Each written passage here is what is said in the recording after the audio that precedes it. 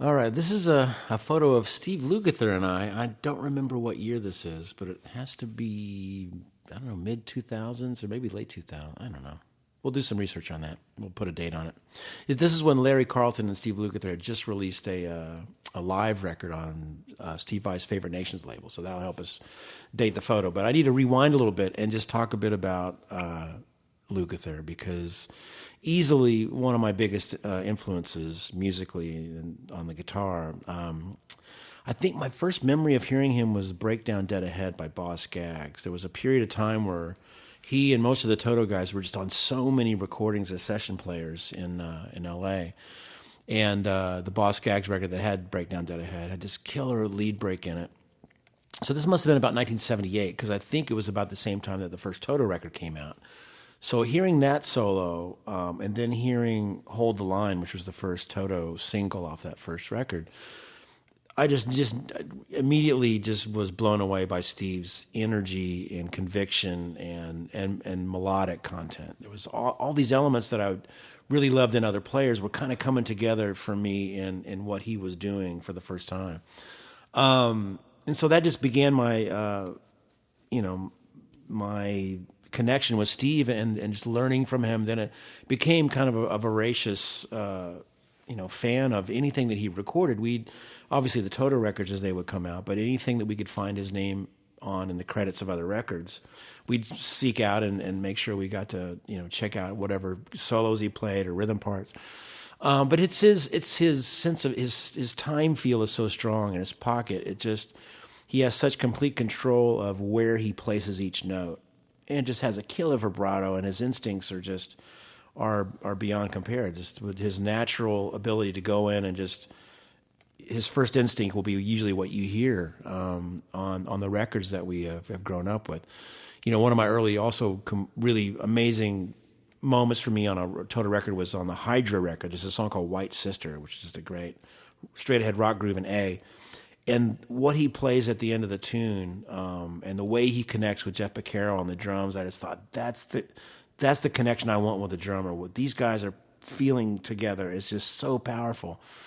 So fast forward 2 years later. I mean, the first time I met Steve was 1985 or 84, maybe. They came through Miami. I was going to the University of Miami, and it was me and seemed like everybody in the guitar department somehow got like front row tickets to this show. I don't know how he pulled it off, but there was Luke, hamming it up all night. But me and Teddy Castellucci, good friend of mine, back in the day in Miami, we realized that they were playing the James L. Knight Center. So we went down early because the gig was connected to a hotel. So we figured, well, they must be staying at this hotel.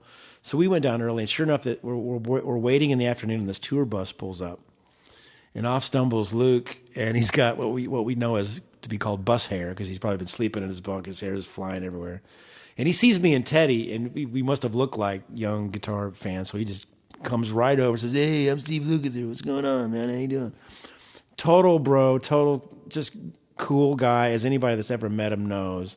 Extremely down to earth, very humble, and just a friendly dude. And so we instantly got along great, and then through that, I guess somehow he got his backstage passes, so we got to hang a little bit.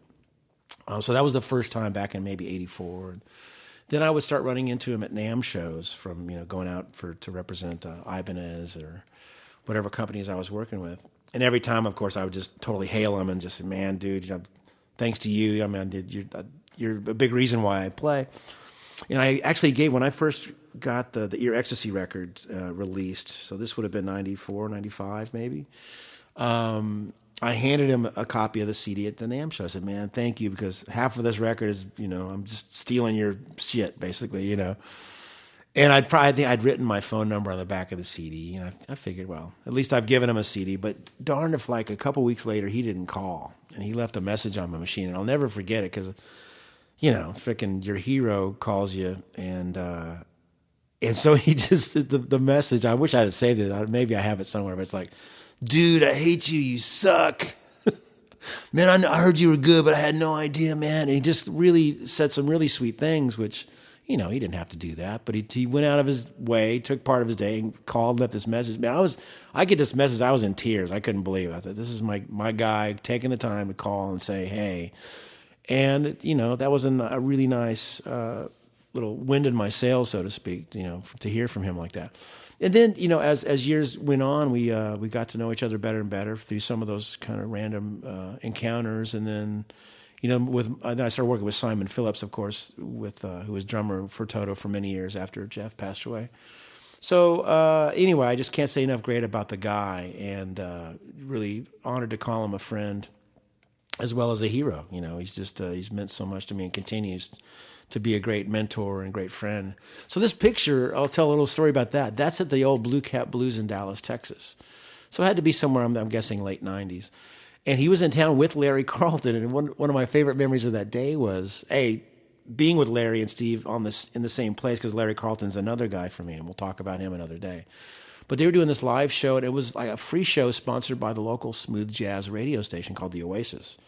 And I guess Larry being kind of known in that crowd for his tune Smiles and Smiles to Go, which was kind of happy, smooth jazz kind of tune.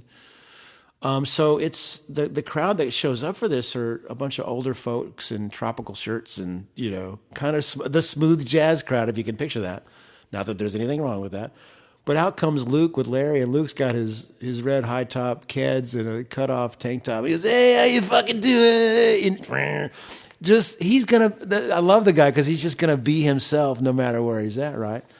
And they just both played, and Larry's Larry and Luke is Luke, and it was a phenomenal day. And so I had the amazing opportunity to say, "Hey, man, I'll take you guys to dinner after their afternoon gig." I took them to Saul's Taco Lounge in Deep Ellum. I don't think it's there anymore. So we had this great dinner hang, and I think Larry had a relative in town, was going to go do that. And I said to Luke, "Hey, man, let's go next door. It's just this club I play every Wednesday night called the Blue Cat. Let's go see who's playing." It must have been a weekend. And it was freaking Leon Russell. So Leon Russell was playing next door, and so this is me and Steve hanging. And there was always this guy that would come through and say, "Hey, you can take Polaroids for $5 or whatever." And so I said, "Well, I'll take a photo with Steve." So here we go.